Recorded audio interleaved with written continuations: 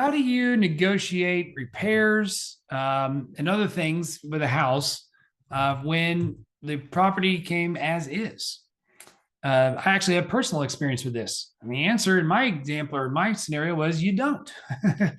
So, for example, I did buy a house. It was my second house, my first single family, because my first one was a condo townhome. So the second one I lived in, I bought another real estate prior to that. But in this instance, it was a foreclosure. So a bank owned it. So they sold it as is. So no matter what was wrong with the house, they didn't care. They weren't going to fix it. They weren't going to do it. It was as is. So my job as a buyer was to do a whole bunch of homework to make sure that I knew exactly what was wrong going into it. Because if there was something goofy that I had to deal with, I'd want to know it to where I at least knew what to expect. There wasn't something behind it that was going to be scary and hit me later.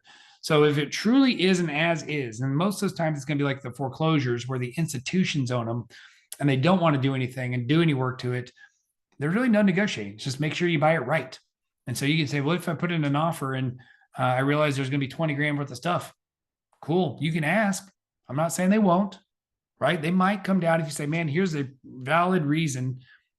I can't speak for every bank out there, every owner out there, but in my experience, if it's truly as is, they're going to say sorry. Now, which case you counter and maybe cancel the contract and maybe go back and resubmit a new offer, right? So I again, if it's truly as is, I don't think you can negotiate.